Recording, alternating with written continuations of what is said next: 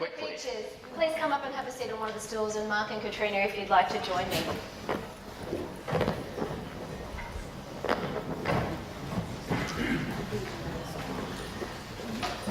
Thank you so much. We will endeavour to get to as many questions as we possibly can in the time that we have, and there's certainly a lot of information for us to digest, pardon the pun. Let's get back to the bugs and what you talked about, Mark. And this first question, I think, probably is where we could start in terms of what we all take away from this. Whether you are dealing with disease or some kind of an issue, or you're a healthy person, is there a way for us to know whether or not we've got the right kind of bugs, and then how do we sustain that? Can you do that? Yeah. I think I can. I'll try. Because obviously we have to start from somewhere. So how do I know which bugs I've got, and if I've got good ones or not good ones? Well, I think there is a growing interest in that, and the application of the sequencing technologies that I've been introduced to the audience, I think, are now being made available on a more publicly accessible framework, so that you can get a picture, so to speak, of what your microbiota may look like from a stool sample that you provide to one of these fee-for-service providers. And they will give you an overall representation of what yours may look like relative to what they may call an average healthy gut microbiota. So, as Katrina pointed out, I think that's fine to tell you what you look like yesterday. Are you going to do it once a week or once a month? And the question is probably not. So you really have to listen to your body. It's a lot of swabs. Yeah. So containers. I think to a certain extent, people still need to take care and listen to the way their body is responding to what it is they're doing, what they choose to do, what they eat, and their lifestyle. And if they sense a change or it feels different, it's time to talk to someone else to try and help provide better information. We've had a lot of tweets come through, and it's really wonderful that so many of you have been a part of that. Katrina, would you like to add anything to that? And in particular, Michelle then went on to ask if there are food intolerances that come from this unbalanced microbiota. Can that be recovered quickly through dietary changes? And you touched on that, obviously, in your presentation. Yeah, sure. When you were asking that first question, I started to think about the personalised medicine approach, and certainly in nutrition we're getting a big push for nutrigenomics, and almost, I'd say, if we are starting to get fee-for-service microbiome assessment, people will perhaps go to their dietitian like they do now with their genome and say, how can you fix this, or what can I do to make this better, or what diet do I need to make this, to match this, or make this better. We're certainly not there yet, and we're certainly not in a place where we know, even if you did get your microbiome assessed, what the best way to actually improve that and if it will work for you. So we know on population levels and what certain dietary strategies will do, but we don't know if that's actually going to make a functional change. So in terms of the second question, I actually think about it the other way around, where our gut microbiota can be shifted in a not so favourable way when we do have intolerances, rather than it creates intolerances. And certainly I encourage anyone who does have irritable bowel or any sort of intolerance in that way to actually go to a dietitian, talk to them about it, because we do have strategies. The low FODMAP diet I showed before is 75% success rate. But the critical thing to do when you are trying a new diet and excluding foods you think are a problem for your gut and producing these symptoms that you don't feel good about, is actually excluding completely for a decent period of time, being very, disciplined by that, so 4 to 6 weeks, but then reintroducing. So make sure you're not excluding foods that actually aren't a problem for you. And the big thing we find is working with people to actually ensure that they have get to a level where they're just below symptoms, because that means you can eat more food and feel a bit more free, yet are symptom-free as well. On that one in particular, there has been a tweet that's come through about celiac disease. Is there a link between microbiota and celiac disease? Could microbiota transplant be used in the treatment of celiac? Because that obviously pertains to one particular area, which is obviously gluten. Yeah, so unfortunately, most certainly not. So celiac disease is a structural autoimmune condition, and certainly fecal transplants, which are starting to be used for things that are bacterial based or maybe functional concerns, certainly would not ameliorate celiac disease. We have a question from the floor as we move through. Yes, just over it down this side.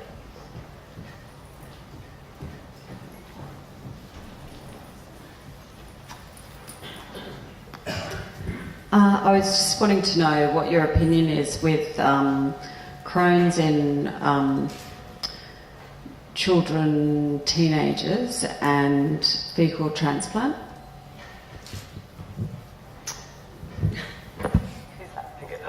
Okay, at this stage, there are some trials underway to look at providing the sort of evidence that's necessary to make recommendations or not in terms of using fecal microbiota transplantation for Crohn's disease. My understanding is a lot of that is done with post-teenage, young adult or adult persons. So something underway with younger Crohn's disease sufferers is I'm not that familiar with, especially here in Australia. What is underway and is being looked at is, again, diet. So the exclusive enteral nutrition, in some respects what it does is it starves a hungry microbiome. Those nutrients are meeting the person's needs, but they're very highly absorbed and digestible, so there's very little nutrient that's flowing through, and so as a result, the quantity of microorganisms and the types and kinds that can survive or persist under those circumstances are substantially reduced to what you have with a normal sort of food-based diet. And there's healing that takes place in those young children with a high success rate. So, Mark, could you perhaps touch on, without going into great detail, the concept of the fecal transplant? Because obviously that's a fairly new concept, particularly when it comes to dysbiosis and gut, but it certainly is getting a little bit more attention. Okay. Just for those who don't know what we're talking about, it's not quite as revolting as it sounds. I don't know about that. Basically what fecal microbiota transplants or transfusions are is that a close relative in many circumstances, first degree relative, maybe someone that's sharing the household with you, provides a stool sample which is then homogenised in a particular way, and then by endoscopy or colonoscopy, a volume of that fecal slurry, which has a variety of live and dead microbial cells within it, is used to re-element or recalibrate the microbiology within the large bowel. And so really, I think there's a lot of excitement and optimism associated with this approach, but it's really only been demonstrated through randomised controlled trials to be very effective and very successful with one infectious condition, and that's Clostridium difficile type infections. Okay, so the evidence is not currently there to suggest that you can just ad hoc or indiscriminately use this sort of approach to address other gastrointestinal disorders. Likewise, I read the end of that wonderful article on the Scientific that you were both a part of, where it talks about, and recently, as last week, there was that information about the Venezuelan community of the tribes that they did the microbiome, and they found the diversity that has never been seen in a human being before, because obviously they've never been exposed to the West and they've never had any antibiotic. But it's not as simple as just going and borrowing a bit of their poo and giving it to everyone else, is it? No, it's not. Yes. I could just inform you that there is a controlled trial going on for the fecal transplants, as you alluded to. There's so much anecdotal evidence at the moment. But at St Vincent's Hospital in Sydney and in Melbourne are combining to do this. It's a large study. I think it's not been easy to get subjects, but I believe it is going on anyway. And another thing is, too, a more acceptable term, they say, instead of fecal transplants, are crapsules. It's always nice if we can find a little bit of toilet humour. A question for Professor Fraser. If we might leave the faecal transplants, if we want to go back there after we finish. If you use an antibacterial skin wash, are you more or less likely to get skin cancer? Thanks, Luke. Well, the short answer is I have no idea. But what I would say is two things. One is that we know that there is a strong tendency for your skin microbiome to come back to where it was after any intervention you use, just as is true in the gut. You take an antibiotic, your gut microbiome gets upset, but when you stop taking the antibiotic, it goes back to where it was before. It's a seed and soil thing, and I think in this, the answer is you probably have to use something on your skin almost chronically to change the bugs that grow in your skin. And there would be a disadvantage to doing that, because those bugs, I mean, they're all going to be killed off, I suspect, roughly equally, and they are there to keep your skin healthy. What we are thinking very seriously about doing is doing some studies to specifically target the sort of bacteria that grow in your skin, but we need to do some animal studies first. And we're in the process of setting that up, but I have to say that there's a little bit of money involved in that.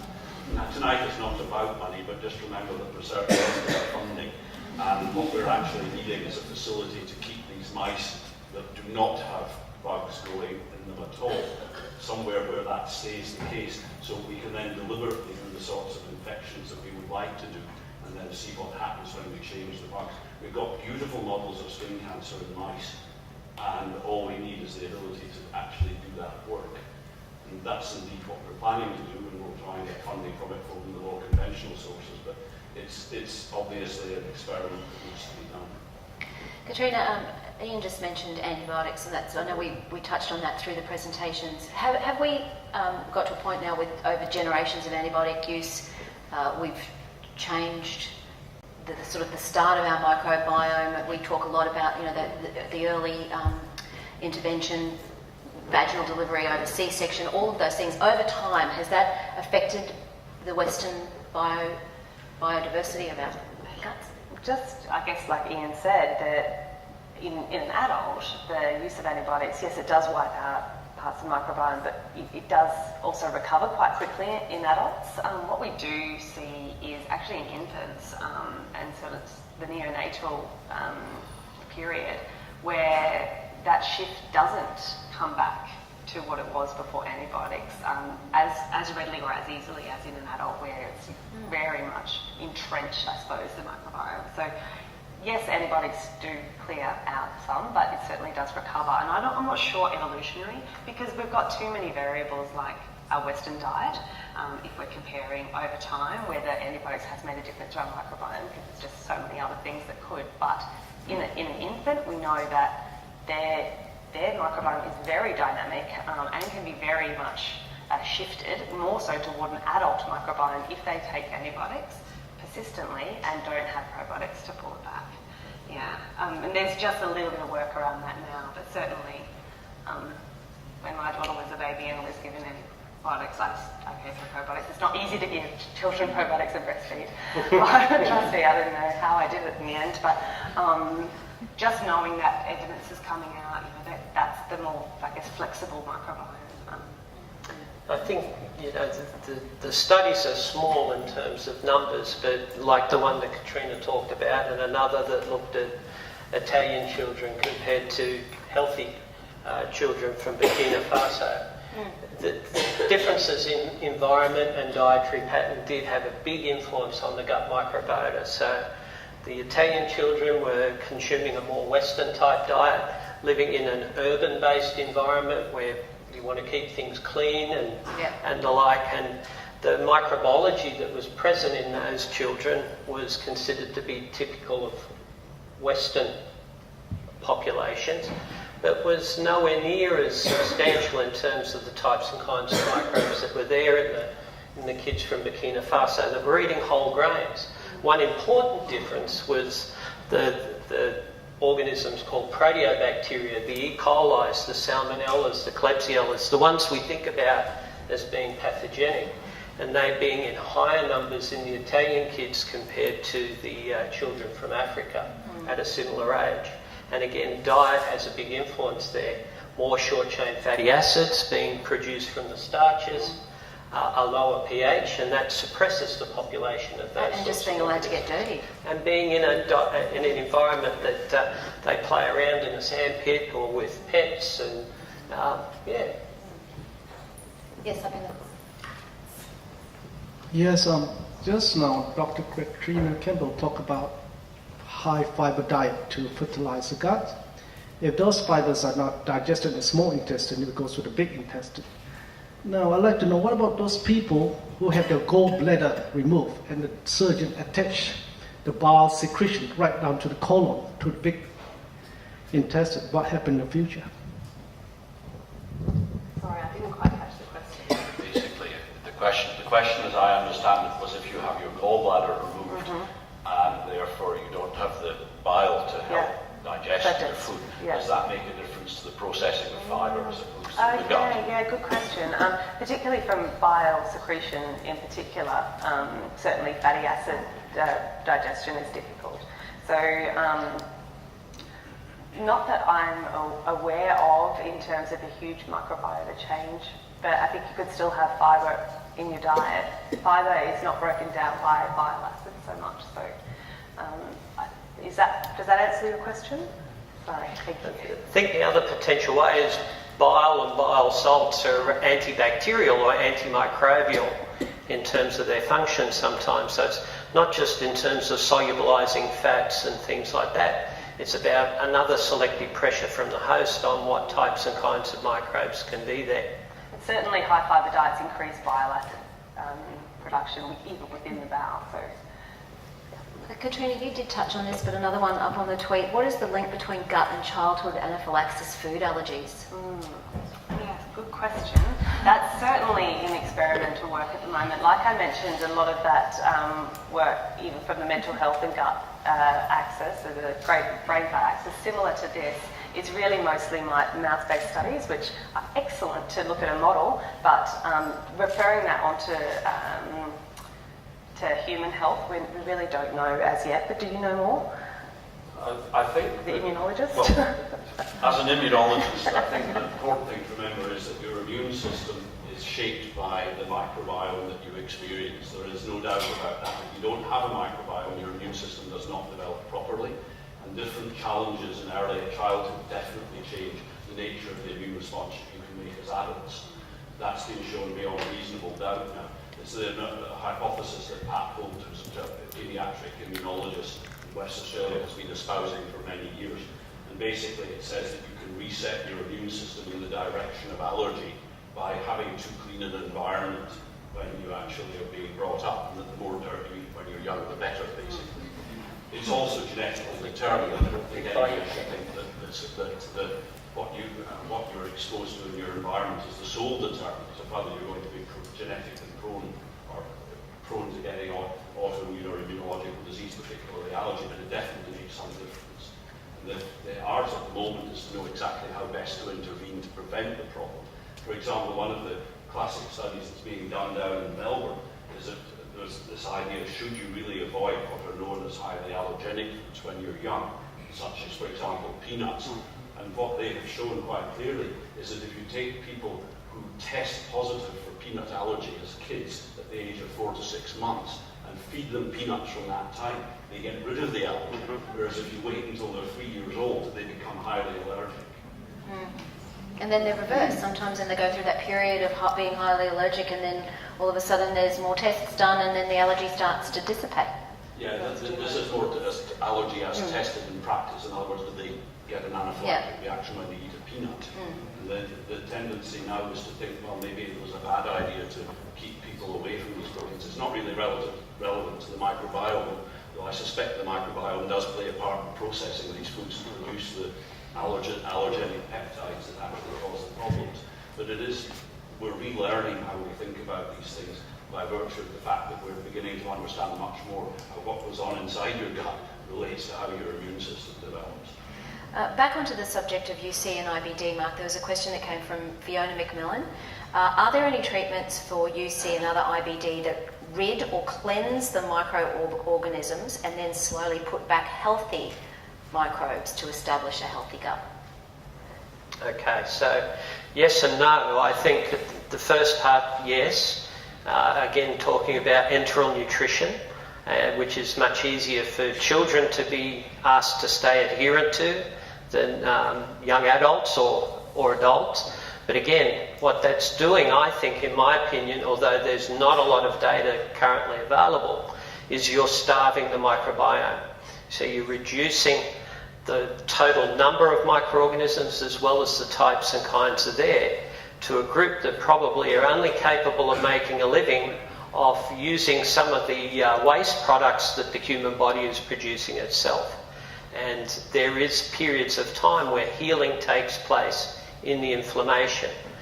There's efforts now underway to try and take that further, whereby you gradually introduce new types of foods. And I think some of the data that we've been producing in collaboration with people at St Vincent's Hospital in Melbourne is giving us an idea of who are the guys we want to have restored there in a meaningful, measurable way in a relatively short period of time, so that we reset that microbiota and that it interacts with them in a more effective way. And as it turns out, a number of the organisms we'd like to have, like the Akkermansia and the F. proud that I talked about earlier, the influence of prebiotics on those, not just resistant starch, but other types of prebiotics, is really quite positive. So the opportunity is there, I think, to look at using structured, dietetically informed dietary patterns to try and extend that period of recalibration, resetting of the microbiota in the gut, with a view that it ultimately becomes resilient and it sticks around rather than disappears. Sorry, that's great. No, that's a great question. Any other questions? We have our biome, which you would assume has evolved with us in response to the food we consume. In response, which would have evolved with us in response to the food we consume. So my question is, how rapidly would, from your experience, our biome evolve to changes in that diet? And I've put that into context with the pressures of a large global population and the need to make like wheat drought resistant, flood resistant, fungus resistant. We need to maximise what we produce. Is it feasible that we could be basically evolving our food faster than we're evolving able to evolve our biome? And in the context of it seems as though in 10 years the world has gone gluten-free, possibly beyond the realm of fat. I've lost track of the amount of windows of the beer fridge that's been taken over by cider, which can't be good for you. So let's put that into context.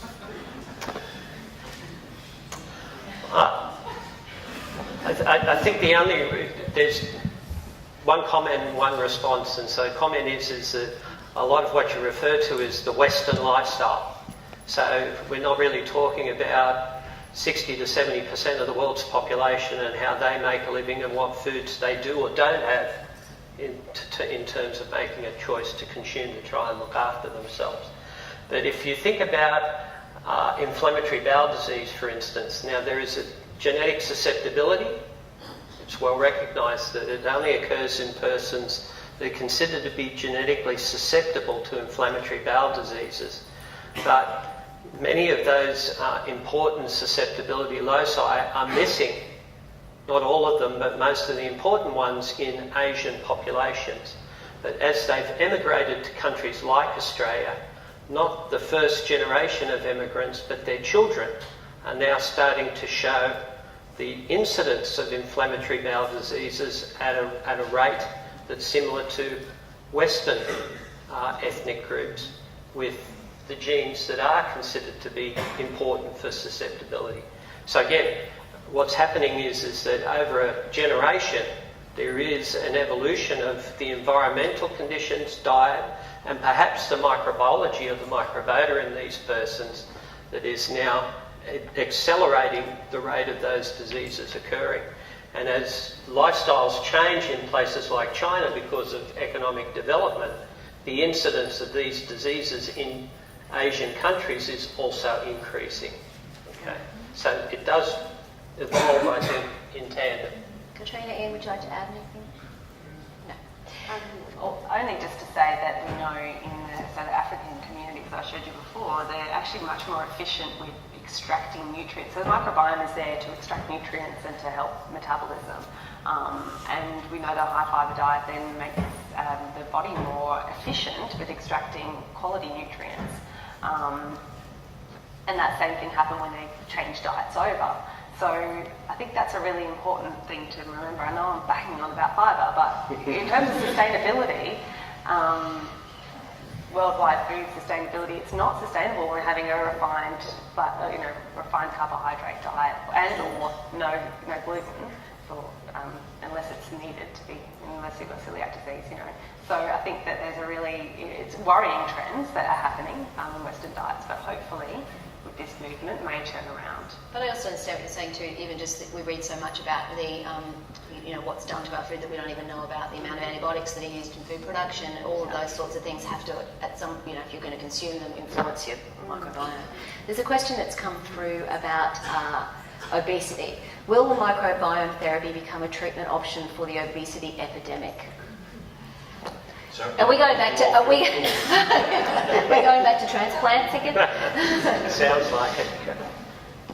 Do you think that it will end up being some sort of magic solution? Look, I think I'm a cautious or a sceptical optimist in terms of fecal microbiota transplantation. I'll try and explain. So if I look at it, I worked in the veterinary field for a long time, and animals over history, over evolutionary time, this is how they've ensured that their offspring have had the right sort of microbiology to allow them to be healthy and live well, is by encouraging them to consume scat or fecal material to inoculate their digestive tract. Okay, when these animals become ill, it's a behavioural pattern. Okay, so the animal kingdom has practiced this process naturally for a long time. Having said that, I don't think it's a one-size-fits-all strategy where, taking a sample from your sister or brother will get you thin or cure your ulcerative colitis or reverse your diabetes or, be a cure for baldness even. Who knows? But I think that there is an opportunity, again, using these technologies, if we can better understand what is cause and what is effect. And if you get kicks out of science the way I do by trying to isolate these organisms and grow them for the first time, the opportunity is going to come with time where you can put together a combination of microorganisms that have been grown in a clean and green way, and rather than have a crapsule, you have a capsule of the right sort of microorganisms, which may help with establishing the recalibration or the restoration that you need for not all but some of these conditions. Yeah, one last question. Oh, we've got lots of questions. Let's try and get a few more then from the floor. Yes. Behind you. Yeah. I was really interested in the different profiles that you showed across the age lifespan. I'm just wondering, are they what the normal population should be aspiring to as they age? Or are they the result of our Western lifestyle, and should we be looking to, if you're 65 to 100, having your microbiota look more like a 20 to 30-year-old? It's a good question. So I think it's a combination of both. So, the profiles that I've shown you have been collected from cohorts of persons that are considered to be healthy based upon the measurements that have been made in relation to other factors that can be looked at clinically, okay? But they're principally all from Western societies, okay? So that, again, what in some respects in terms of microbiome research is happening, it's being driven by the money, and the money resides within the large westernised countries to deal with the contemporary health and well-being issues that those societies are dealing with. So we don't have, other than these small snapshots, of what's going on in terms of some of these ethnic or indigenous populations, the sorts of answers or knowledge or awareness that you're asking about.